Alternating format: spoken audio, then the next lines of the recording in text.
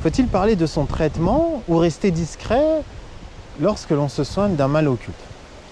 Alors se soigner d'un mal occulte à travers la ruqya, la hijama ou d'autres soins, c'est une démarche qui est personnelle, intime. Mais est-ce que pour autant il faut éviter d'en parler? Alors oui, dans une certaine mesure, parce qu'on a des personnes qui ne comprennent pas ces épreuves déjà, d'accord? Et du coup, ces personnes-là, elles peuvent être un petit peu dans le jugement.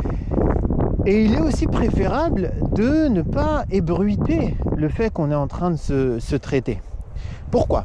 Parce que si on ébruite le fait qu'on est en train de se traiter, ça peut arriver aux oreilles de la personne qui est mal intentionnée. Mais attention, toute proportion gardée. Il ne faut pas vivre dans la peur qu'un sihr soit relancé. Parce que ça pourrait ronger le tawakkul, la confiance en Allah subhanahu wa ta'ala. Donc le juste équilibre, c'est un peu de discrétion et surtout beaucoup de confiance en Allah subhanahu wa ta'ala.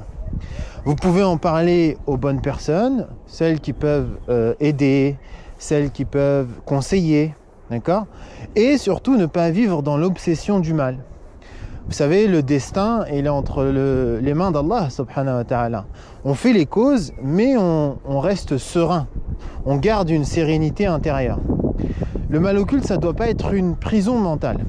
Il faut se soigner, c'est essentiel, mais il faut aussi avancer sans vivre dans la peur permanente qu'il y ait un retour du mal, par exemple.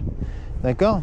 Qu'Allah subhanahu wa ta'ala, il accorde la guérison à toutes les personnes qui sont éprouvées.